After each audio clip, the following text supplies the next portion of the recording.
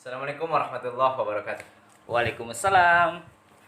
Bertemu lagi dengan saya Ihsan Maulana di channel. Ihsan Jiharka. Oke, itu teman saya, namanya Farid. Farid. Oke.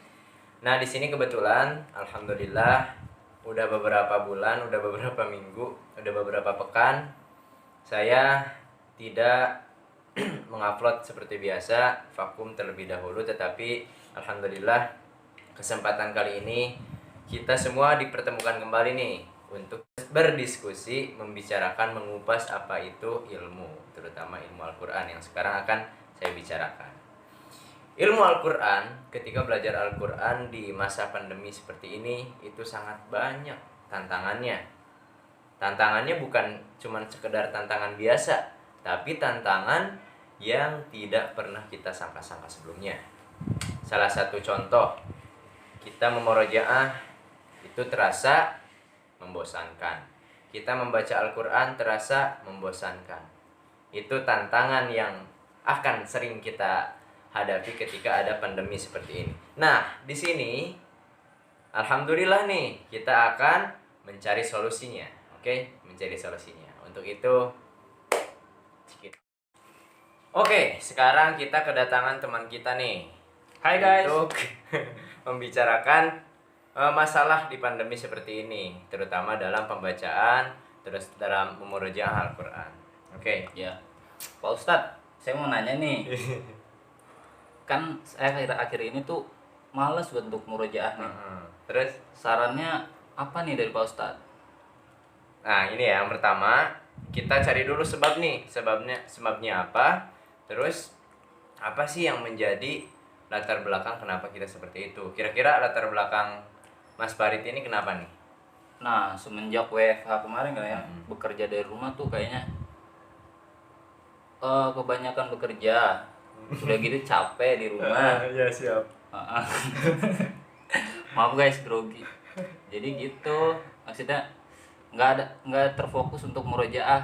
Kalau kerja di luar kan kita ada hafalan yang harus kita hafalin gitu. Sebenarnya hal seperti itu bukan jadi alasan ya. Ketika kita bekerja di rumah maupun di luar rumah itu nggak jadi alasan sebenarnya. Yang pertama yang harus kita perhatikan tetap niat. Ketika niat kita kuat untuk memurojaah, untuk menghafal dimanapun kita berada, mau di mana, mau di indoor, mau di outdoor, kalau kita niatnya udah kuat, tekadnya udah mantap, pasti bisa insya Allah. Terus yang jadi masalah ini apa sih namanya, masalah ketika kita ada pandemi seperti ini nih, orang-orang kelihatannya bosan, kelihatannya jenuh dengan keadaan seperti ini ya. Kita jangan dulu berbicara itulah, kita berbicara tentang keumuman dulu. Apa sih yang membuat seperti itu? Membuat apanya nih? Membuat orang-orang tuh kelihatannya jenuh, nggak ada kerjaan, rebahan pun sekarang menjadi hal yang Rutinitas dan mereka pun terasa jenuh banget gitu. Padahal emang istirahat kan dibutuhkan, tetapi sekarang istirahat kelihatannya terlalu banyak, istirahat pun bosan orang-orang gitu. Mungkin pertama ya karena aktivitas kita tuh seperti dibatasi gitu. Kita keluar rumah saja kan tidak disarankan untuk keluar rumah. Udah gitu kita kok jadi lupa sih Pak. Anjir. Gak apa-apa. Terpotong.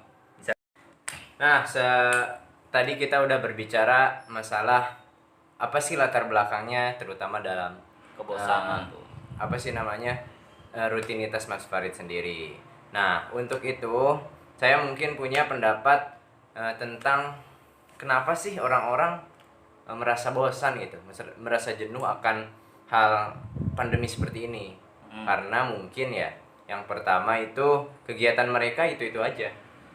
Nggak pernah mereka berkegiatan yang berwarna gitu. Iya. Kalau udah A. Bahkan bisa menimbulkan mereka pun udah merasa bosan nih. Jadi segala cara pun biar bisa menciptakan suasana yang baru, mereka melakukan hal-hal yang melarang atau melakukan hal-hal yang tadinya dilarang mereka melanggar. Seperti ketika kita jangan jangan dulu keluar, mereka keluar memaksakan seperti ke mall, ke pasar kayak gitulah. Nah itu kan pemerintah udah mengadakan new normal Pak. Nah itu new normal itu apa itu? New normal ini ketika masyarakat Indonesia dipaksa, dibolehkan untuk memaksakan kehidupan seperti biasanya, seperti dulu. Tetapi dengan catatan harus memperhatikan protokol kesehatan gitu. Nah sekarang kan lagi rame tuh ya kayak pesepeda gitu loh. Kita lagi booming nih di Indonesia mengenai olahraga sepeda. Nah ketika corona datang, kita tidak boleh keluar. Nah ketika pasien positif corona 50.000 nih di Indonesia, kenapa dibolehkan mengeriung gitu? Apakah kondisinya sudah normal? Nah, seperti kalau yang saya baca, yang saya teliti, masyarakat Indonesia itu tadi udah merasa bosan dan pemerintahnya pun mencari solusi yang terbaik nih, bagaimana rakyat Indonesia supaya tetap sehat tetapi dengan protokol atau peraturan yang sudah ada. Jadi kalau kata saya sih kayak kita dibatasi nih, jangan keluar, tetap yang corona tetap ada, yang sembuh tetap ada, yang tidak terkena tetap ada. Tapi kita coba dengan suasana new normal ini gitu kan. Kembali lagi ke yang tadi, ketika kita merasa bosan dengan Al-Quran sepertinya kayaknya nggak terlalu jadi masalah sebenarnya gitu kan. Yang namanya Al-Quran ini nggak mengenal waktu, nggak mengenal suasana, nggak mengenal umur juga sebenarnya. Ketika kita memulai memurojaah itu yang pertama tadi niat, Mas Farid. Nah tapi kan saya futur nih Pak, lagi futur banget nih. Gimana cara mengatasi futur itu Pak?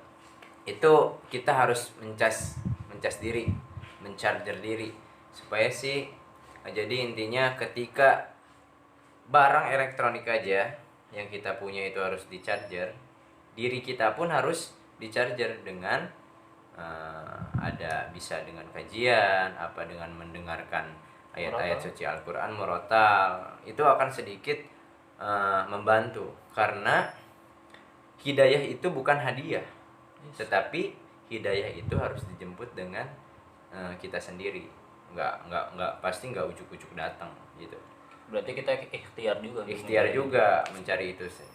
Yang tadi niat dulu, yang kedua ikhtiar, yang ketiga apabila kita udah ikhtiar, udah usaha tetapi hasilnya tidak memuaskan, itu bukan salah kita. Yang salah itu nggak ada usaha, nggak ada ikhtiar, nggak ada usaha diri dari diri kita sendiri, itu yang salah gitu. Jadi ya buat teman-teman semuanya, saya juga masih kadang malas juga, kadang tidak konsisten, tapi ayo sama-sama. Ketika saya membuat video ini pun, ini sebenarnya memotivasi diri saya sendiri, Mas Farid, sama teman-teman semua. Semoga video ini memberikan manfaat, motivasi ya. Ada sedikit bercandanya, tetapi jangan dijadikan sebagai bahan leluconan, karena niatnya membuat video ini untuk men-share ke teman-teman semua kebaikan